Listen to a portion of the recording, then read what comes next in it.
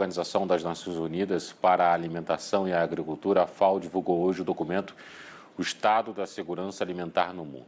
Esse é o principal documento que mostra o diagnóstico da fome em todos os países. Para falar mais sobre esse assunto, eu vou conversar agora com Daniel Balamban, representante no mundo do programa, representante no Brasil do Programa Mundial de Alimentos e diretor do Centro de Excelência contra a Fome. Daniel, seja bem-vindo, uma boa tarde, como vai? Boa tarde, estamos aqui para falar de um assunto tão importante. Pois é, Daniel, a gente está vendo aí na tarde, como a gente fala nessa parte aí da tela, 4 em cada 10 pessoas não se alimentam de forma suficiente na América Latina. No Brasil, 3 em cada 10. Qual é o cenário que a gente tem atualmente em relação à fome como um todo, aqui no Brasil, especialmente? O caso brasileiro é um caso muito emblemático e muito preocupante, porque é um país que não deveria estar nessa situação.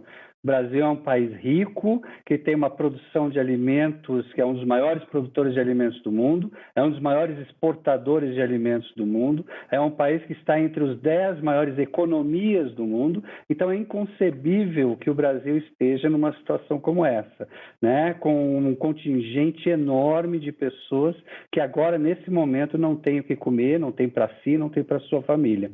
Então, isso é muito preocupante e agora se ligou um sinal de alerta.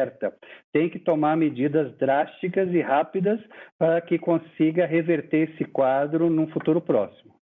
Daniel, a ONU lançou em parceria com outras entidades a ODS, que é o Objetivo do Desenvolvimento Sustentável, que é uma cartilha com alguns pontos para que o mundo possa desenvolver. Entre esses pontos está lá o Fome Zero, ou seja, erradicar a fome no mundo todo e também a má nutrição. Até 2030, e é esse ponto que eu queria saber da sua opinião. É possível ou não é mais possível diante do cenário que temos no mundo e do aumento de pessoas passando fome? Eu nunca gosto de dizer que não é possível. Eu acho que está na hora. Nós não estamos nos trilhos, nós não estamos na meta. A meta está muito longe de ser alcançada. Se nós continuarmos com os mesmos números hoje, nós chegaremos no ano de 2030 ainda com 600 milhões de pessoas ao redor do mundo passando fome. O nosso objetivo é um mundo sem fome, no qual nenhuma pessoa esteja mais necessitando de ajuda externa para conseguir alimentos. Isso é possível acontecer se tiver vontade política dos governos, se todos começarem a se abraçar, se interessar e trabalhar em conjunto, né, para tentar resolver esse problema. É um problema que tem solução, né? Várias partes do mundo já mostraram soluções adequadas no combate à fome e à pobreza, inclusive o Brasil, mas é importante que nós voltemos aos trilhos para que a gente chegue no ano de 2030 com o menor número possível de pessoas nessa situação. Os países precisam fazer, e aí o Brasil, como um país que pode ser um divisor de águas nessa discussão, realmente um programa profundo de renda básica e também de acesso a alimentos? Exatamente, tudo entrelaçado. As políticas não é uma política só, são várias políticas unificadas de combate à extrema pobreza ao redor do mundo. E aí inclui apoio a pequenos agricultores familiares, inclui transferência de renda para os menos assistidos, inclui educação de qualidade para aquelas famílias de baixa renda, inclui também acesso a pequenos montantes de recursos, de renda para poder botar um pequeno negócio. Às vezes um pequeno negócio salva vidas, mas as pessoas não conseguem ter financiamento para esse pequeno negócio. Então, tudo isso faz parte de um arcabouço de políticas públicas que são importantes. Todos os países do mundo que conseguiram acabar com a extrema pobreza e a fome têm políticas públicas perenes, que não mudam conforme o governo. E isso é importante de lição para outros países que não estão conseguindo acabar com a fome e com a pobreza. No mundo, o aumento entre 2019 e 2020 foi de 112 milhões de pessoas a mais passando fome.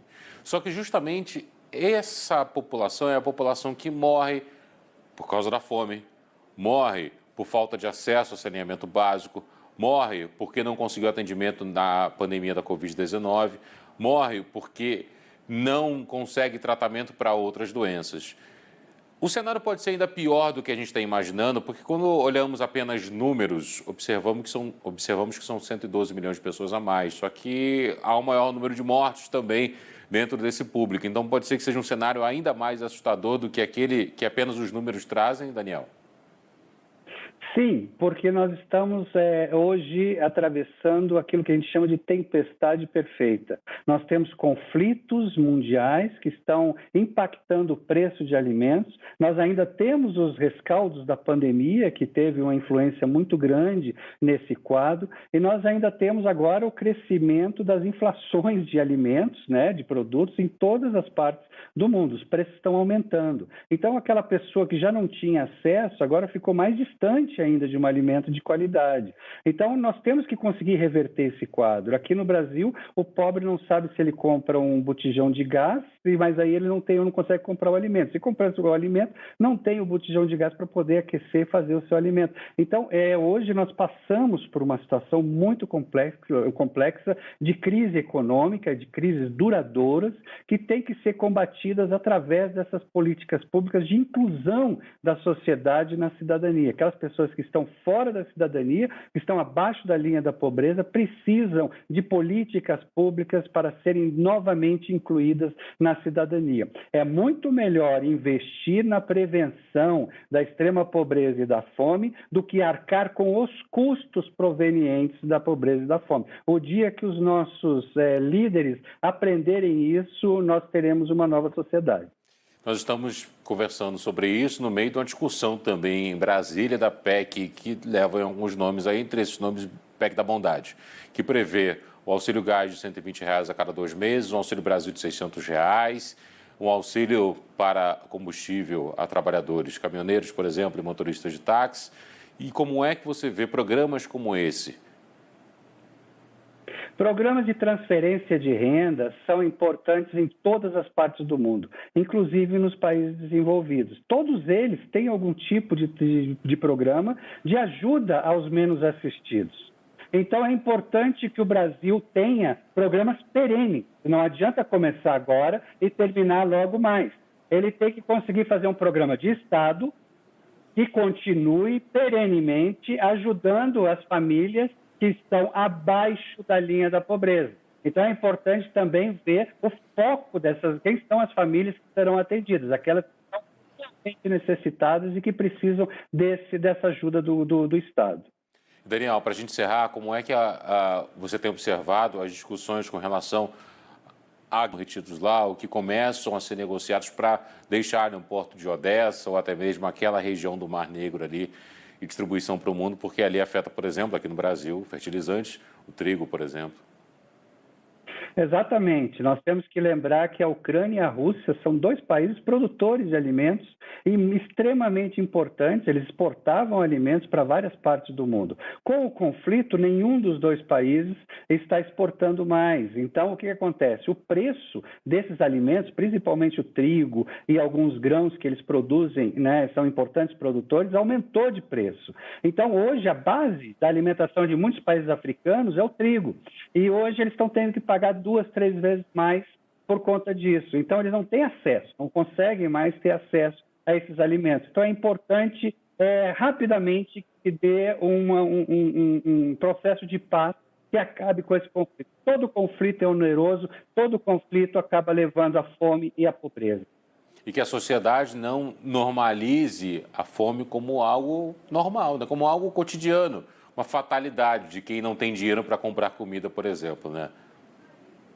Exatamente, nós temos que nos indignarmos com essa situação. Por quê? Porque há solução. Então, nós não podemos aceitar que uma única pessoa não tenha alimento para si e para sua família. O alimento é importante, é a base da vida, como a água, como o oxigênio. Então, a gente tem que entender, enquanto tiver uma pessoa no planeta que não tem o mínimo de alimentos para si e para sua família, nós temos que continuarmos e nos indignarmos e tentarmos resolver esse problema de uma vez por todas. Tem que estar na linha de frente de todas as ações de todos os governos. Nenhum governo pode se dar por satisfeito enquanto tiver uma única pessoa, um único cidadão passando fome naquele país. Conversei aqui no Band News TV com um representante do Brasil no Programa Mundial de Alimentos e diretor do Centro de Excelência contra a Fome, Daniel Balaban. Daniel, muito obrigado pelo seu tempo, pelas análises, por essas explicações e até a próxima, viu? Eu que agradeço. Até a próxima.